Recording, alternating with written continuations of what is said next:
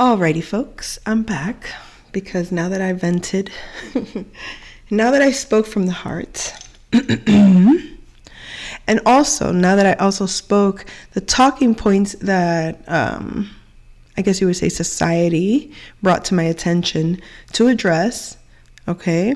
Now that I took care of that in my own way, right? I don't share it's like I get the insight from society, I'm going to respond to it as an individual. When I get information from spirit, I respond to it from very conscientious space. In other words, it's not just me telling you how I respond in life generally.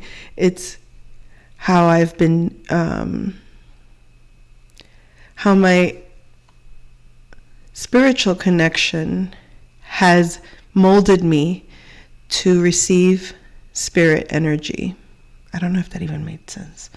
All right, anywho, my point is, when I'm connected to spirit, I know what information is to be shared.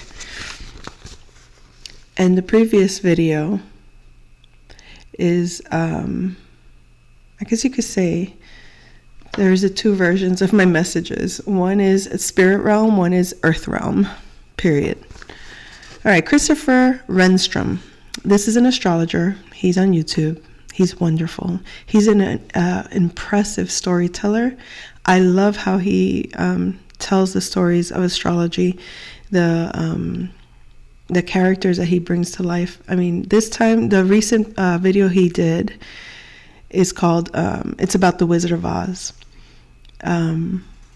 The 1900s version of the book, The Wizard of Oz.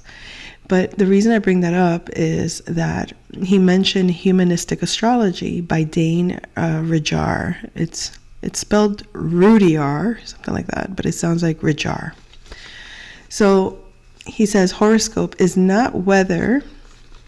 I'm paraphrasing, I believe it is. So horoscope is not a weathered beaten house, but a horoscope house that is a unique planetary architecture that resides inside each of us by moving focus from event-oriented to choice-centered, turning to planets for guidance and healing. Guidance comes from meeting planets where they appear in our lives. So it's like a roadmap for individual. What is this? What the hell did I write? Spirit. Do ye well operant? What? For individual for individual development. Look at my handwriting. It's terrible. I have good handwriting, but when like I said, spirit, I can't control it. It's like information. Meaning, it's like I'm taking notes of what's touching spirit. You know what I mean? So, yes, this is a video from Christopher Renstrom. You can watch it yourself. It's beautiful. He was discussing how the archetypes in astrology and all of that. I highly recommend it just for fun, for fun's sake, for self-education, self-awareness, however you want to call it. But what I mean is that some things you watch passively, like it's just for entertainment. Other things you notice have deeper meaning. And that I know when that gets triggered in me, like pay attention, or this is really hitting home, or this is really something of a great awareness to be aware, to be conscious of. Okay, so the Wizard of Oz, he says Uncle Henry in the, Dorothy's uncle that she goes to live with, he's ruled by Saturn. And as we know, Saturn is about toil and hard labor, basically. Toiling hard for a living. Then the cyclone, he refers to it as Uranus, which is the revolutionary and changes and that kind of energy. He talks about the Wheel of Fortune, how that's more like a North Star. But it's he mentioned it's the North and South Pole. It's the wheel in the sky that keeps turning. So this isn't so much what I wanted to discuss, but it's like what led to the conversation with Spirit. The Wheel of Fortune resembles the horoscope in human. Oh, that's what I wanted to touch base on. The reason why this is even being provided for here, why I'm putting it on my channel, is because I didn't have a term for the type of astrology that I have opened myself up to. I've been guided by Spirit to seek out for my spiritual development, not so much intellectual development. So I guide myself by the Spirit, or I'm guided by the Spirit to notice what I'm called to in that way, and to stay away from the tried and true ways of taking someone else's message, like going to the library, opening a book, and downloading all that information, and then taking that person's way as the way. For me, it's been an experiential journey, which is why there's so many different methods, why there's so many different ways to get to what? To get to a deeper understanding of the human experience, of my human experience, and if it's relatable to the people around me. It's like, if you're having a human experience and you're not realizing wait, my problems, they have these problems, I have these problems. They have these concerns, I have these concerns. Wow, they have these issues, I don't have those issues. Well, they have those fears, I don't have those fears. When you do those types of compare and contrast, you start to realize either how alone you are in your perspective, or how much you relate. And in how you relate, is it good for everybody? Is everybody happy with how we're relating? Or is everybody happy living this way? And if so, great.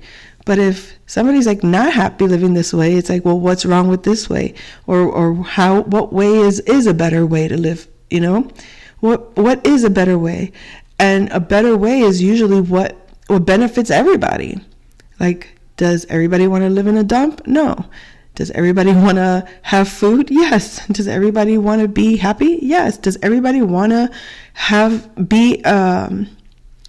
enjoy their life journey? Yes. So if that's the case, then let's do that. But if that's not the case, let's adjust that. And that seems to be the human condition, where instead of addressing that and adjusting that so that we continue to flow in that, in that way, it should be, you should be growing, not just upward in terms of moving up in ranks in life, you know what I mean? Having a more profound impact, because you're going deeper, but you're also going, I guess you could say higher, deeper and higher simultaneously. This is how you evolve. It's not, let me just succeed in 3D and spiritually die. It's not that way. It's, yes, the spiritual death is a thing, but it's not you're done. It's, I die and I regrow. I die and I regrow. And it's but you're everlastingly, you're supposed to be, manifesting in a more effective way, I guess, more effective way. Jeez Louise, it's so hard to discuss these things sometimes. Okay. So it's called humanistic astrology, and the challenge to move from the rim of the wheel to the center.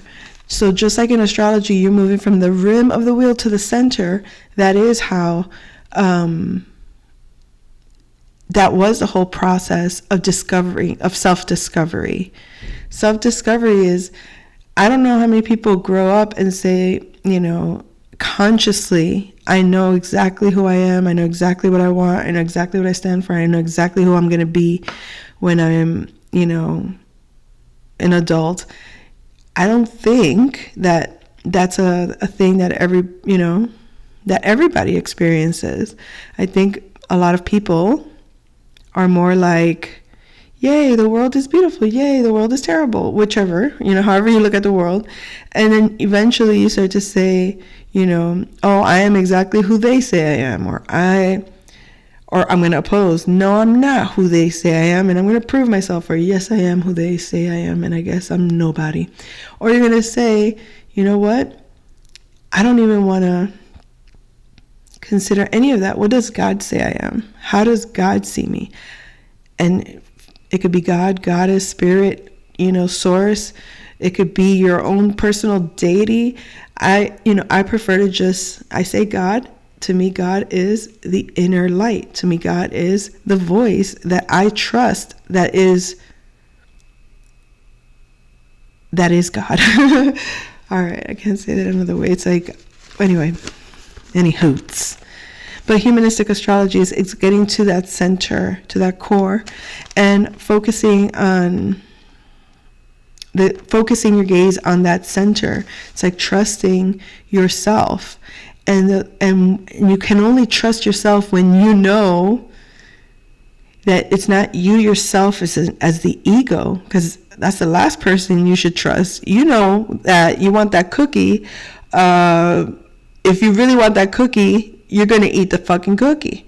You're not going to stick to that diet if you don't want to, right? Like, somebody could put the rule on you. Somebody could tell you better not. Somebody could try to put fear in you for your life, all of it. But when you have, when your body wants something, it's going to have it. And that's that. So you shouldn't trust your body. Not to say that you don't trust, but you should trust your body. Okay? Yes, you should. You should. Let me rephrase that before I get freaking spiritually attacked here. Let me clarify. Yes, you trust your instinct, you trust your body, but not when it's governed by blind desire. Not considering the whole picture, only that small part that says, I just want that.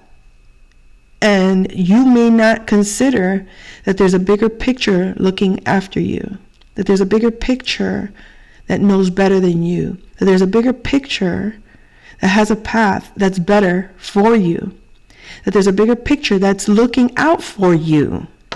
So if that's not faith in God, then I don't know what it is. But to me, that's faith in God. I don't want to trust me because I know I can be taken over by my ego. I know that if I really want to punch a bitch, I'll punch a bitch. I know that if I really want to hurt somebody, I can hurt somebody. You know what I mean? Like, that's your ego, whether you like it or not. It's going to protect you, and it's going to go in your favor if it benefits you, and if you don't think things through, and if you completely let yourself be fully selfish. I'm not saying we shouldn't be selfish. In some areas we need to be selfish. Like, you know what? I want what I want. I'm going to go get that thing that I want to get because I have the means to get it, I have the resources or whatever it is. And it's not hurting anybody, and it's not hurting myself. You know what I mean? Like, and you do that. And then also, you trust that there is, when you allow, this is why it's like, okay, I know this is something I want. But now let me quickly defer this to God, however you want to call it, and listen first. Let me get the okay from spirit first. Let me get the smooth, absolute yes security inside of myself that I know this feels right, this feels good, this feels okay. There's no reason for this not to be good. That's trust, and that's faith, and that's doing as above so below, or doing God's will as your will. And when you do that, your vision in that trust that there is a higher power that is like a parent that loves you more than anything and that knows better than you, is far wiser than you. We're not talking about physical people in your life. We're talking about like the entity of, or the God, like what, there has to be a knowing. There has to be a ping in you that lets you know this isn't me, little me speaking. This is the higher power within me. This is a power within me that has nothing but love, benevolence, and goodness and protection and can see far beyond me where I belong. I may not see because I'm crowded by life, okay, and the noise, and all of that might make me think that I cannot go from here to here. All of that can make me think that, what I want is going to have to go this far to go get it. And that thing can say, you know what? Close your eyes, close your ears, close yourself to the world, and just be in silence and listen. I'm going to show you, and you're going to trust it when you do it, that you're going in the right direction, that you're moving the right way. And that's when you can trust your body.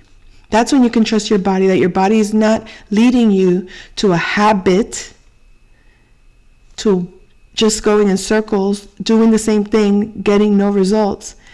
It's going to guide you in a different way, and that different way is going to open up new ways of looking at things.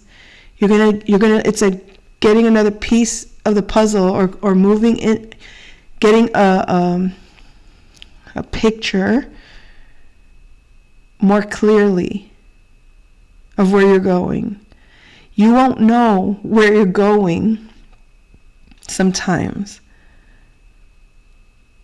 but you trust that when you get there, you'll understand why you went the way that you went. You'll understand why you did what you had to do. And you'll feel good about it. And you'll feel good about it because the results are beneficial. Because the results make you feel good. Because the results make you bring you things that are of benefit. Oh my God, I just went on a rant.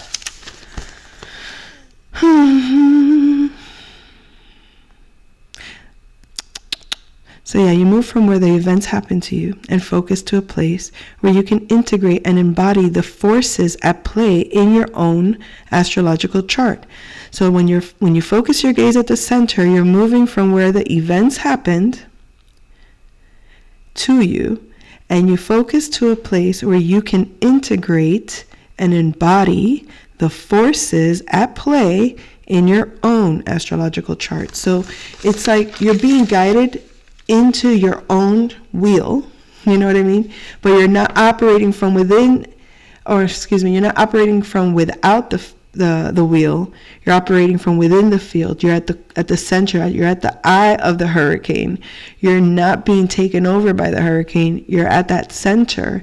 And from there, as you hone in and you listen to and you're guided, you'll know how to move. It's like the Matrix, when it dissolves.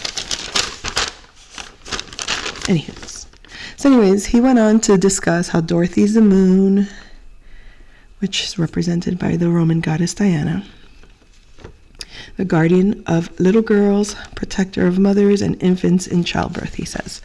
The planet of the body, emotions, memories, habits, rituals. The moon is where you go when you are frightened.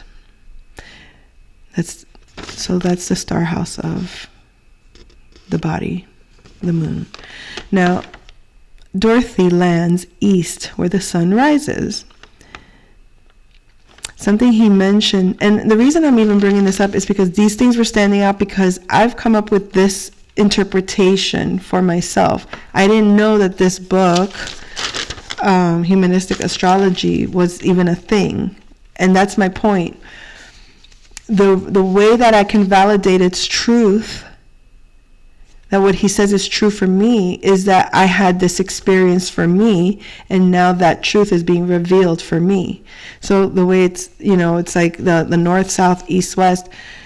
Everybody has an interpretation astrologically or in some ways, but when something rings true to you, it's because you saw it in your mind's eye, or you experienced it, you had an understanding of it for yourself internally, and now you're getting a logical understanding of it externally. So the 4 witches, they represent the 4 directions, but the north and south were the good witches, and the east and west were not the good witches.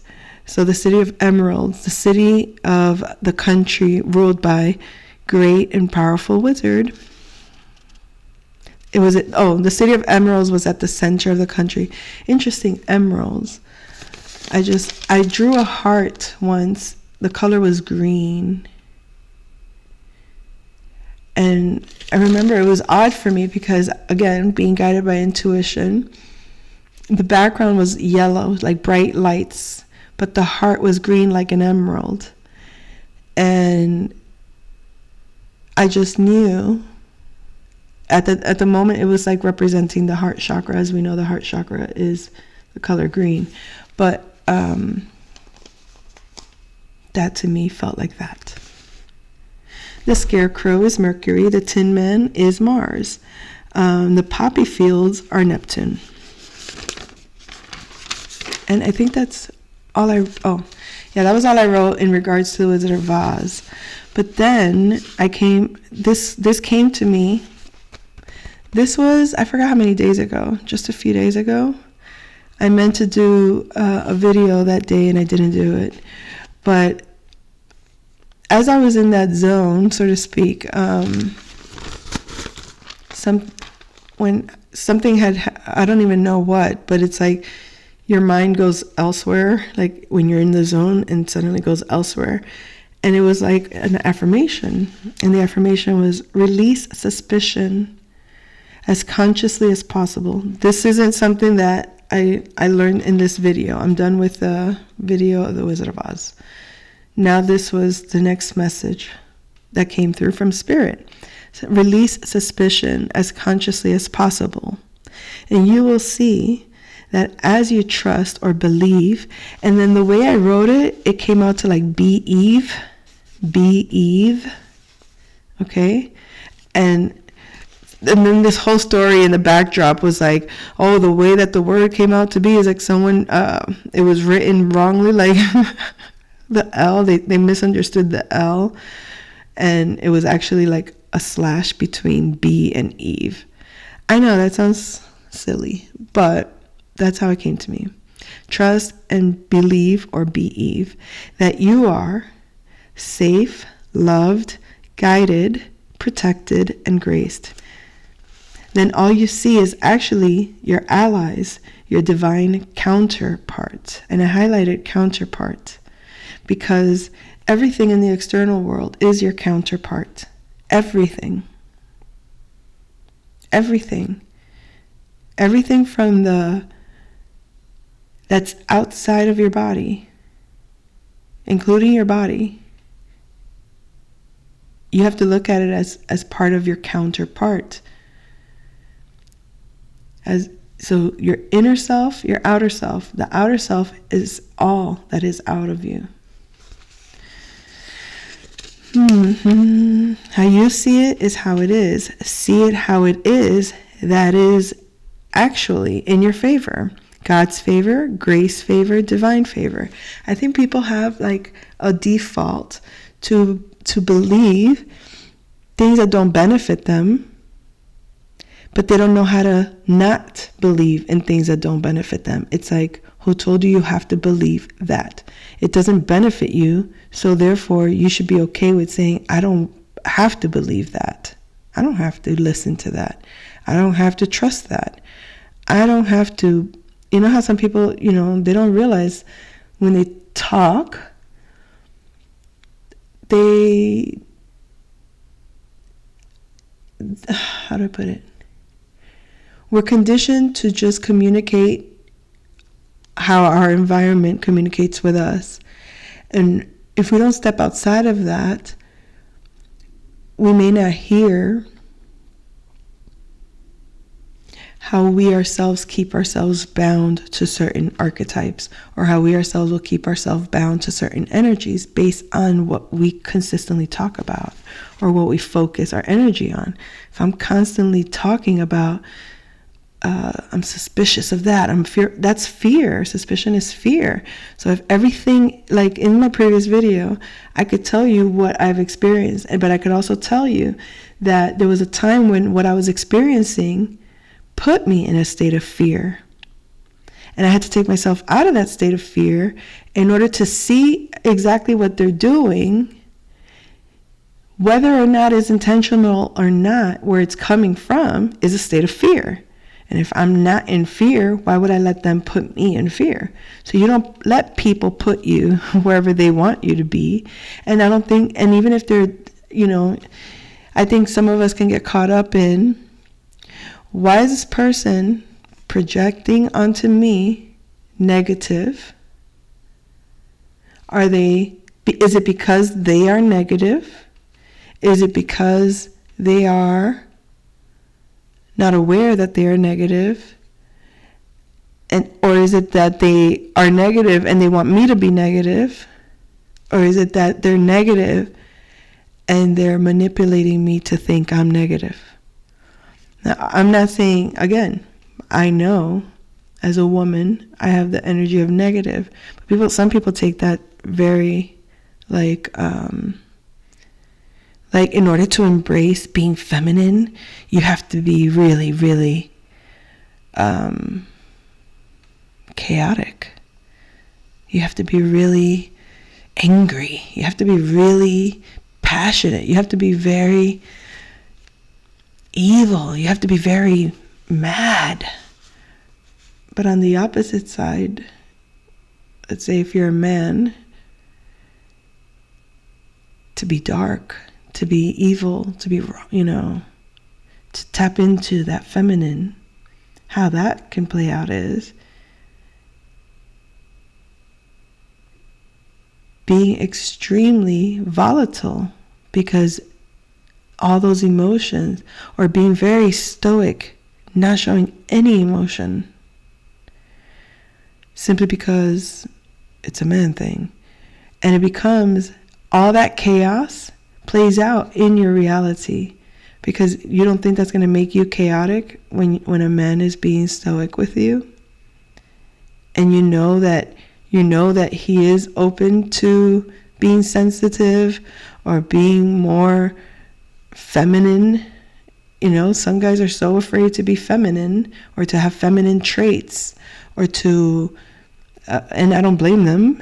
A lot of them fear being called, like I've said this to certain guys, when, why are you being so feminine about it? As a joke, of course, but it's like, or why are you being such a bitch? They act that way. It's not just you as a man. I could say that to you or I can say that to a woman too. Just because you're a woman doesn't mean you're allowed to be a bitch, and just because you're a man doesn't mean you can't be a bitch.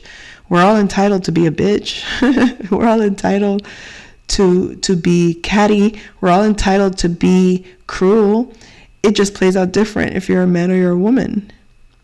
The problem is, if a man thinks that you act too manly because you're too in control, or you're not emotional enough to, you know what I mean? Like, or they assume that you can't deal with emotions, or they assume that you're so closed up that you don't feel anything. That to me is like, they're going to project what they're not willing to address in themselves onto you. And if they overwhelm you and you can't hold space for that, then you're going to play out with, responding or reacting to their unhealed wounds. And it's not your place to, if you've healed your wounds, their unhealed wounds will not affect you. But if you're affected by someone's unhealed wounds, it's because those wounds are unhealed within you in some way. So you can talk all the talk you want, but if you're handling things, reacting to things in the same way, then it's like calling the kettle black or whatever that saying is, you know? It's like divine grace, divine favor, all of that is trust. It's faith. It's I'm being protected. But the protection comes from the wisdom to know that you're being guided. And the guidance, if you listen, is never going to... That's why they say God is not... what is it? God is not the author of... Is it of... No. How does it say? Of confusion. God is not the author of confusion. And that's a fact. There's nothing confusing when you're dealing with God at all. At all. And that means to be centered and to trust your guidance, your inner guidance, and to move accordingly. You won't be confused. You're going to take the actions that you're supposed to take, and you're going to hold back from taking actions you know it's not for you to take. Good Lord have mercy. Anything else, folks? Anything else? How to deal with the audacity of the counterpart. The audacity. I can't believe I wrote that. How to deal with the audacity of the counterpart, consciously aware that they're benefiting from the energy that you share. What about the audacity, Spirit asked? I think I asked this to Spirit. Hey, Spirit, how do I deal with the audacity of the counterpart, consciously aware that they're benefiting from the energy that I share? Okay. And Spirit was like, what about audacity? I'm like, to think that they're playing in my face instead of playing... No, let me stop. To think they're playing me instead of playing with me, consciously, openly. You understand me, folks? What about the audacity? This is a part about the audacity that bugs me.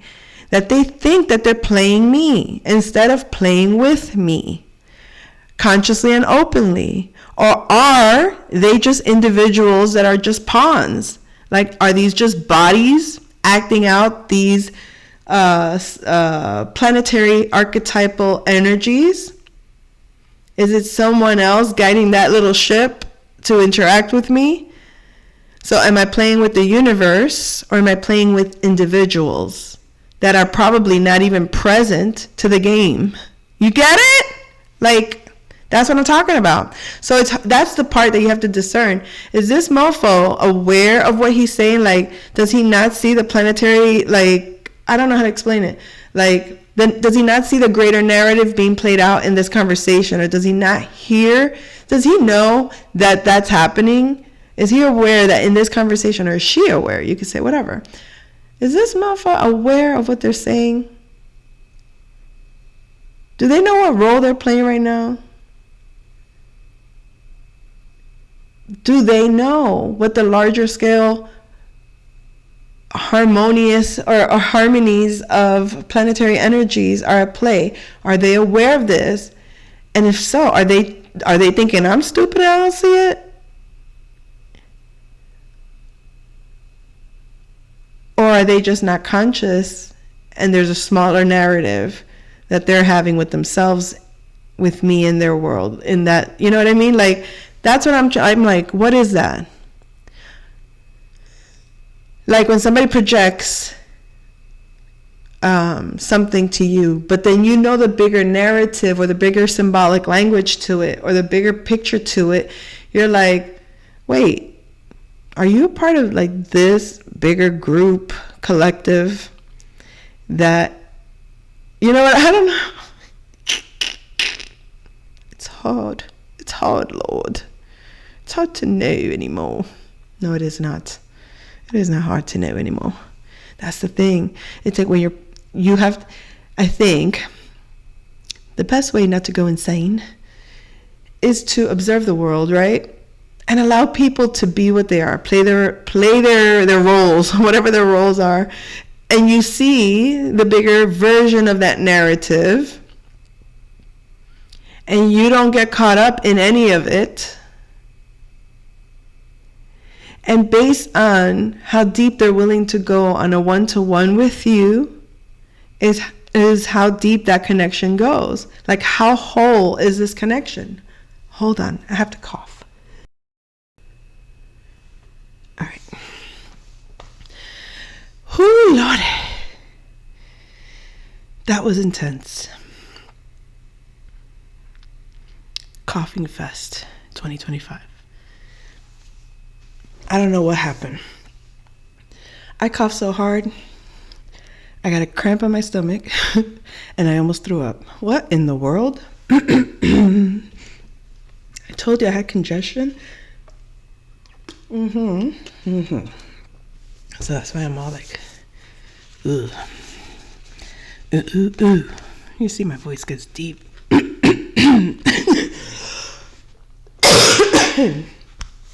I'm so sorry. I didn't mean to do that in your face like that. All right, let me stop playing. What about audacity? Consciously, openly, blah, blah, blah. Okay, so I asked, or are they the individuals just pawns, like we just discussed, you know? Are they embodying the energy, like being used by the planets of your counterpart, interacting with the planets, my planets? So, and then I heard, so either kings and pawns, no matter.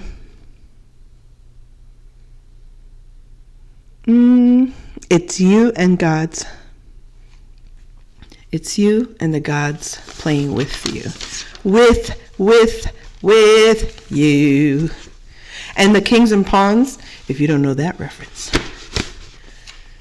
that's from the Count of Monte Cristo. Well, Napoleon Bonaparte. We are either kings or pawns.